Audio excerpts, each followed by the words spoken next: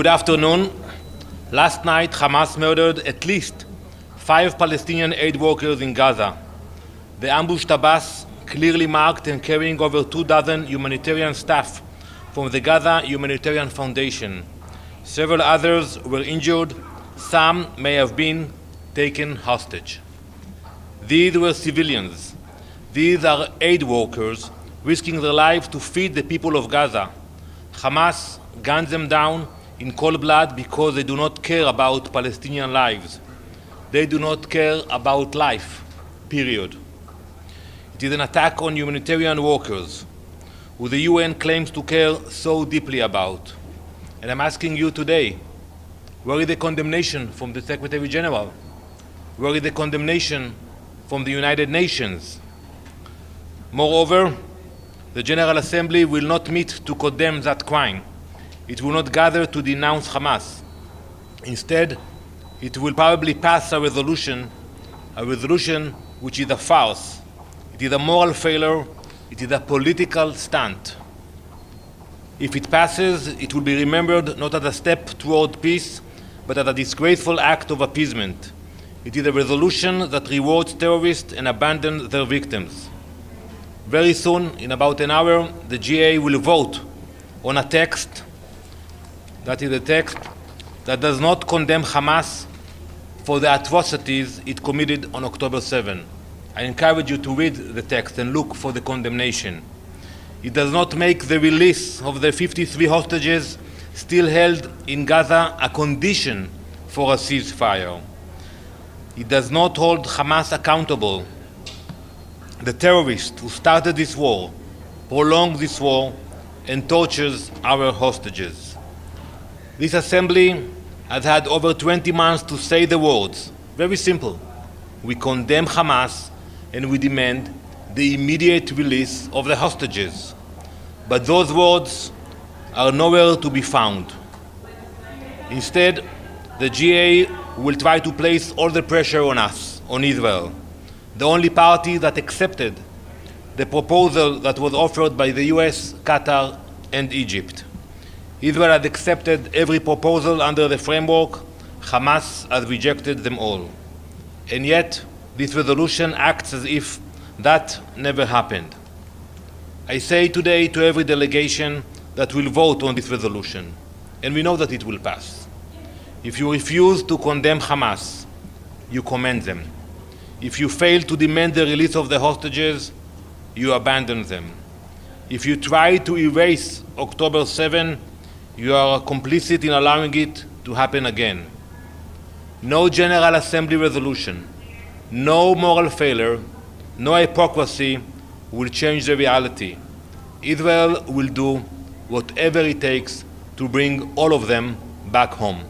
Thank you. M. Husseini from Flashpoints. From U.S. News and World Report. Thank you for the statement. What is the status of the Witkoff negotiations and the plan to bring the hostages home? Thank you. Well, I saw Ambassador Witkoff last night, and we accepted the proposal he put on the table. It wasn't easy for us because it required releasing hundreds of terrorist murderers, but we said yes. Hamas said no. There are still negotiations ongoing, and we will be there. Once Hamas will say that they are willing to move forward, we will be there. We want to see more hostages coming back home. Why internet access? Is it to cover up your war crimes? One minute.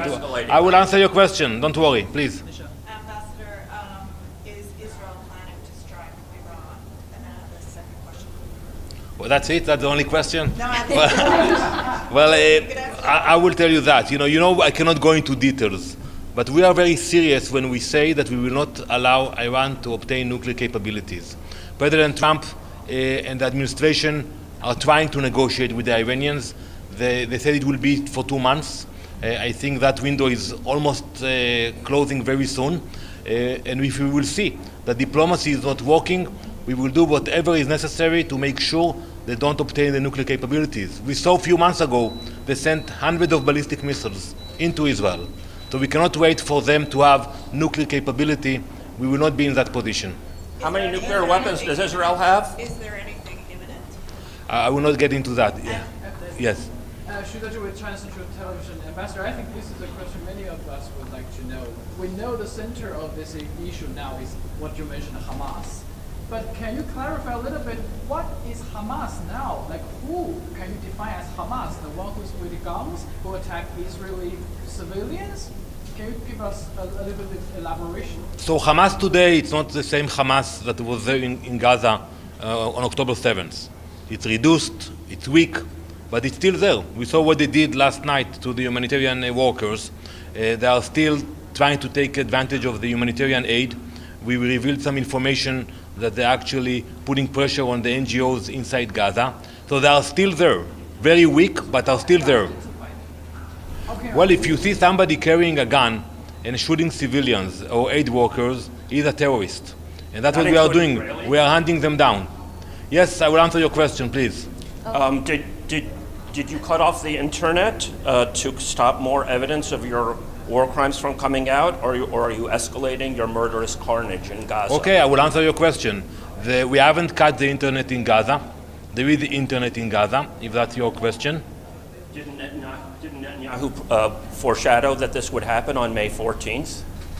Dropsite News is reporting that he indicated that Israel wanted to cut off the internet in Gaza. No, so I can tell you that today there is internet in Gaza. So everybody is lying about And this by the too, way, except you can see the videos that are being sent out of Gaza every day, including the video of what's happening to Gazans who are standing in line to receive aid from the new foundation, which is sponsored by the US, and they are being threatened by Hamas. And in some cases, there are videos of Hamas shooting civilians because they are standing in line. So to your question, yes, there is internet in Gaza today. Please. Sorry, no, me. Yeah. Ambassador Adla Massoud from the National. Will Israel be participating next week at the UN conference that's co-sponsored by France and Saudi Arabia? Absolutely not. We will not take part in this conference. It's a circus, and I was very happy to see that the United States decided also not to participate in this circus. And when Mr. Macron will arrive to the UN, I will ask him if he has solved all the problems in France, in Europe, that he thinks that coming here to the UN and pushing this conference will actually be constructive. It's not constructive. Actually, it's hurting the negotiations because it allows Hamas to think that maybe something will come from the UN. We hope that Hamas will understand that they should accept the deal that was offered by the US, Qatar, and Egypt. That is the only way forward. Yes, please. Thank you. Yasser Abu Shabab, who's leading a militia recruited and financed and organized by Israel, who is attacking the people longing for food. And now you call them the humanitarian worker. These are agents. And the family of Abu Shabab clearly issued a statement disowning Yasser Abu Shabab. And you tell here people, so to believe you, these are humanitarian workers. These are agents for Israel. You know that. Well, I don't know the details that you mentioned, but I can tell you one thing.